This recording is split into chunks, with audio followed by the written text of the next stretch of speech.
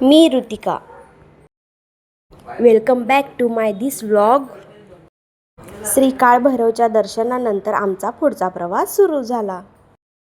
गडिंग्लजमधून निघताना मन अगदी शांत आणि समाधानाने भरून गेलं होतं. पुढे आम्ही महागावमधील महाकाली मातेच्या दर्शनासाठी आलो. मंदिरामध्ये पोहोचताच शांत पवित्र वातावरण मनाला खूप समाधान वाटत होतं. मंदिरातील घंटानाद, भक्तांची श्रद्धा, सगळंच काही छान वाटत होतं. महाकाली मातेचं दर्शन घेतलं. महाकाली मातेचं ते दिव्य आणि शांत रूप पाहून मन भरून आलं.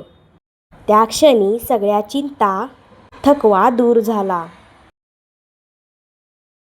शिवाय ही मंदिरात खूप छानपणे सगळं पाहत होता.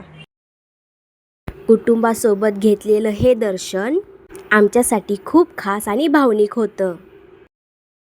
दर्शनानंतर मंदिरात आम्ही थोडा वेळ घालवला. आम्ही एका सुंदर ठिकाणी झाडाच्या सावलीखाली थांबलो. थंडगार वारा, आजूबाजूचं शांत वातावरण आणि हिरवागार निसर्ग थकलेलं मन आणि शरीर दोन्हीही ताजेतवानं झालं.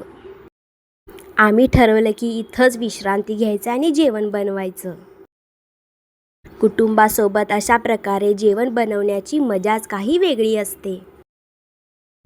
आमची सर्व चिमुकले इकडे तिकडे सर्व मस्ती करत होते. शिवाय पण त्यांच्यासोबत खूप खेळू लागला. थोड्याच वेळात गरमागरम जेवण तयार झालं.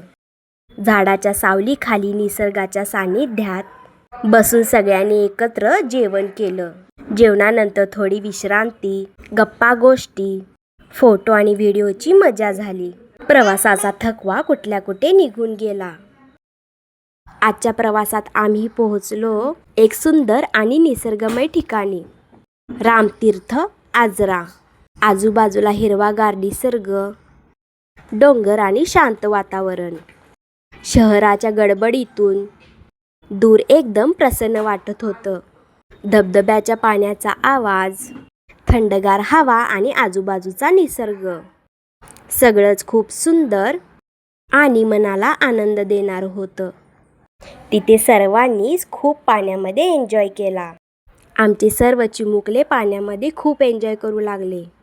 कुटुंबासोबत फोटो, व्हिडिओज, गप्पांची मज्जा घेत घेत वेळ कसा गेला कळलंच नाही. प्रत्येक क्षण आठवणीत साठवण्यासारखा होता. सायंकाळची वेळ झाली आणि आम्ही घरी यायला परतलो. अशा प्रकारे आमचा गडिंग्लज श्री काळभैरव यात्रेचा सुंदर प्रवास आनंद, श्रद्धा आणि आठवणींनी पूर्ण झाला. श्री काळभैरवाची अशीच कृपा आमच्यावर राहो हीच प्रार्थना. धन्यवाद या प्रवासात आमच्या सोबत राहिल्याबद्दल. अशा छोट्या छोट्या क्षणांमुळेच प्रवास खास आणि सुंदर बनतो. व्हिडिओला लाईक करायला विसरू नका. पुन्हा भेटूया पुढच्या व्लॉगमध्ये.